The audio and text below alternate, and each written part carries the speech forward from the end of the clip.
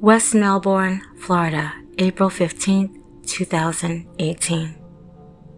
Rachel Lynn Thomas, 33 years old, said that she was at work and she was feeling sick. Her ankles were swollen and she was having bad heartburn. She was sent home. She sat on her toilet and she'd given birth, not knowing that she was even pregnant. She would dial 911 and tell them that a baby had been born, that she'd even passed out and came to. The newborn wasn't breathing. He was quiet. He wasn't moving. He was blue. Authorities would arrive to 138 Laurel Oak Street in West Melbourne. The single newborn was being attended to. It was noted that he had bruising that was on top of his head. It didn't match up with the accounts of Thomas's story that day.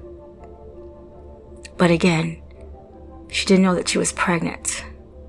She'd given birth and she'd passed out and came 2 hours later.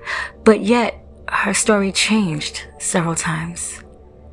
The baby boy, John Doe, whose umbilical cord was cut and wrapped and placed in a blue t-shirt, did not make it.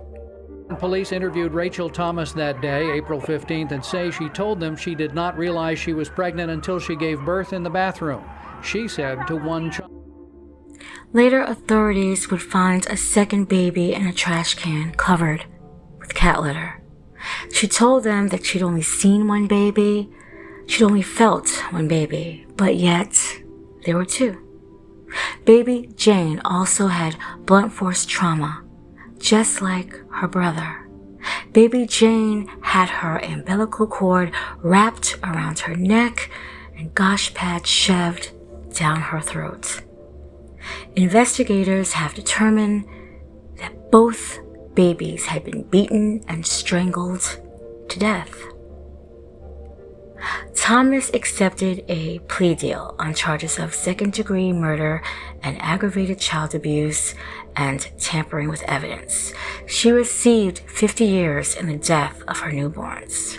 Thomas also has 2 other children, 1 year old and 8 years old at the time of this death.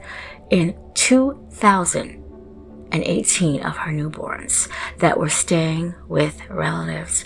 Now, there was a Facebook post dated in 2016 that may have been written by Thomas herself, saying that she had just had a baby in the bathroom and was doing fine. Detectives are looking into that. I could not find, had it been determined that there was a third baby that may have suffered the same fate as baby Jane and baby John before it.